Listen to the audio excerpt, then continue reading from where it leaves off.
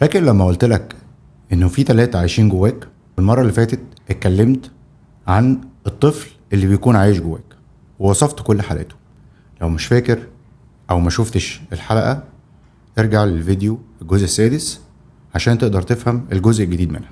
قبل ما ابدأ الفيديو هدي النور، قهوتك، سماعات في ودانك. انا اسلام انور. ولو انت لسه مش عامل لي فولو او سبسكرايب على اليوتيوب اعمل عشان ده بيدعمنا وعشان توصل لك كل فيديوهاتي. ويلا بينا. الساكن التاني البيرنت ايجو ستيت او الوالد زي ما إيريك بيرن صاحب النظرية دي ما بيسميها.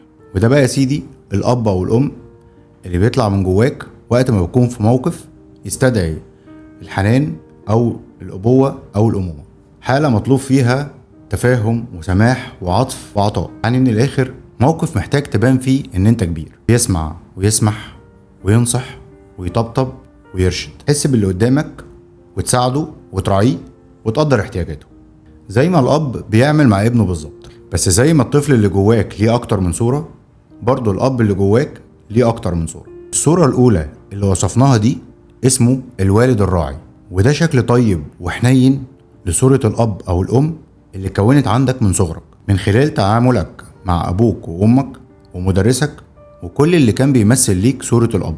في بقى صورة تانية اتكونت عندك برضو من خلال والديك او من يمثلهم واسمها الوالد الناقد. ركز معايا، وده لما بيطلع من جواك بيكون شخص قاسي وغاضب ومش بيعجبه العجب، حد مش بيبطل لا نقد ولا لوم ولا اوامر ولا تعليمات، صارم وقاطع ومتسلط ومش بيرضى ابدا. الحالة دي بتلبسك في المواقف اللي بتستفزك وتثير غضبك وتخرجك بره اطار التفاهم والحكمة، لانك ساعتها مش بتسمع ولا بتفهم ولا بتدي فرص. بتكون عامل اللهم احفظنا زي الطور الهايج، صلب الرأي ولا ينفع معاه اخد ولا عطا. عايز اكد ان كل حالة من دول او كل شخصية من دول ليها حاجة بتميزها، طريقة في الكلام، نبرة في الصوت، طريقة في الحركة والمشي والجلوس، شوية كلمات معينة خاصة بيها، تعبيرات وش مختلفة، طريقة في استقبال الأحداث والتعامل معاها، حتى بناء عصبي خاص في المخ، وكأنها فعلا شخص منفصل خاص بذاته.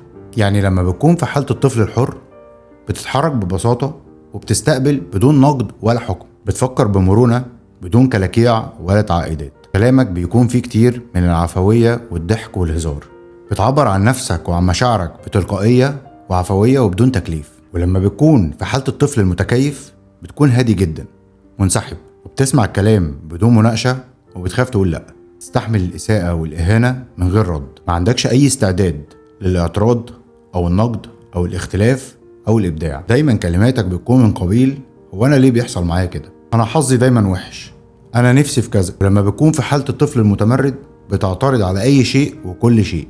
ولما لبستك حالة الوالد الراعي بتطبطب على كل اللي حواليك وبتستخدم جمل زي أنا عاوز أساعدك، أنا أدرى منك وعشان مصلحتك وهكذا.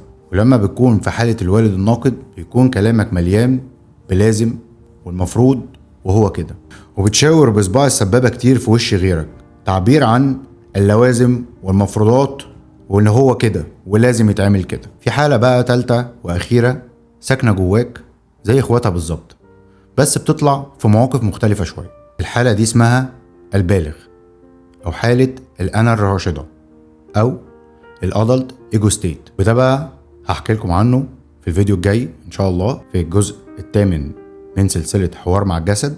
بس سؤالي ليكم قبل ما انهي، يا ترى انتوا شايفين نفسكم في أنهي حالة من دول؟ وأكتر حالة منهم بتظهر عليكم إمتى؟ استني رأيكم في التعليقات. ولو عجبكم الفيديو ما تنسوش تعملوا لي سبسكرايب على اليوتيوب وما تنسوش تعملوا لي فولو وكومنت، لأنه ده بيدعم المحتوى وبيدعمني إن أنا أكمل. حياة سوية مع اسلام أنور، والسلام عليكم.